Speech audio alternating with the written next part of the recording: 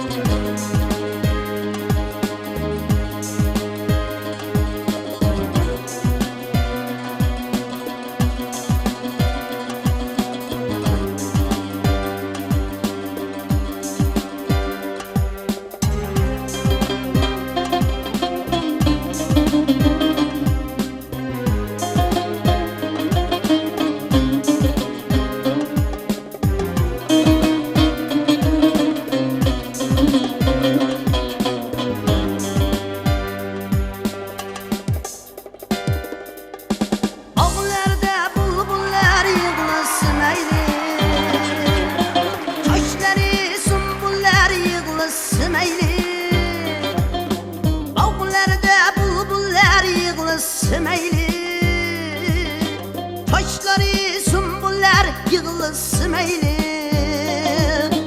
Meyus Mecnun talları yığılsın eyli.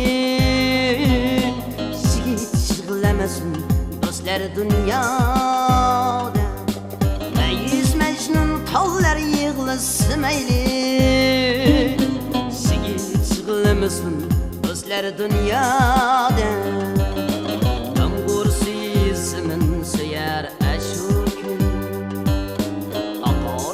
yaşlarım tüger aşu gün, yağmur suyumun suyar aşu gün. Akar şu yaşlarım tüger aşu gün, Seberdest tağlarım güler aşu gün. Sığılamasın dostlar dünyada, Seberdest tağlarım güler aşu gün. Sığılamasın dostlar dünyada.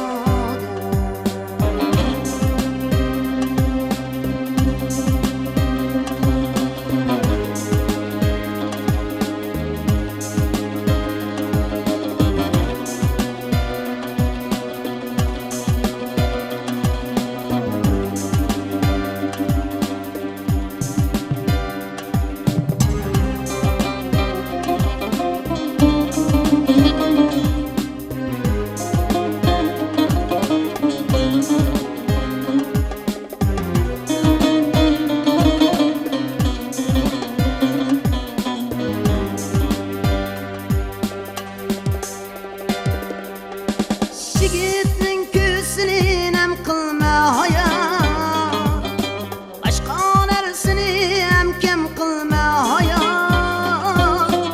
Yigitning ko'zini nam qilma haya, Aşqon arsini ham kam qilma haya. Yaxshi kunlarini kam qilma haya. Yigit yig'lamasin dostlar dünyada, yaxshi kunlarini kam qilmaya.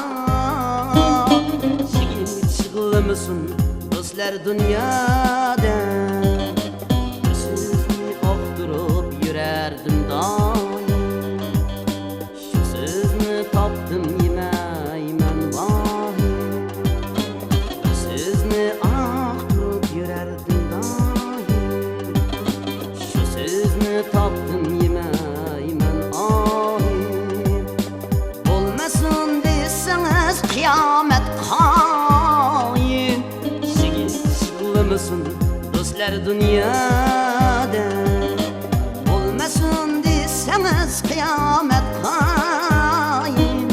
Yigit yig'lamasin dostlar dünyada, Yigit yig'lamasin dostlar dünyada. Yigit yig'lamasin dostlar dünyada, yig'lamasin do'stlar, dunyo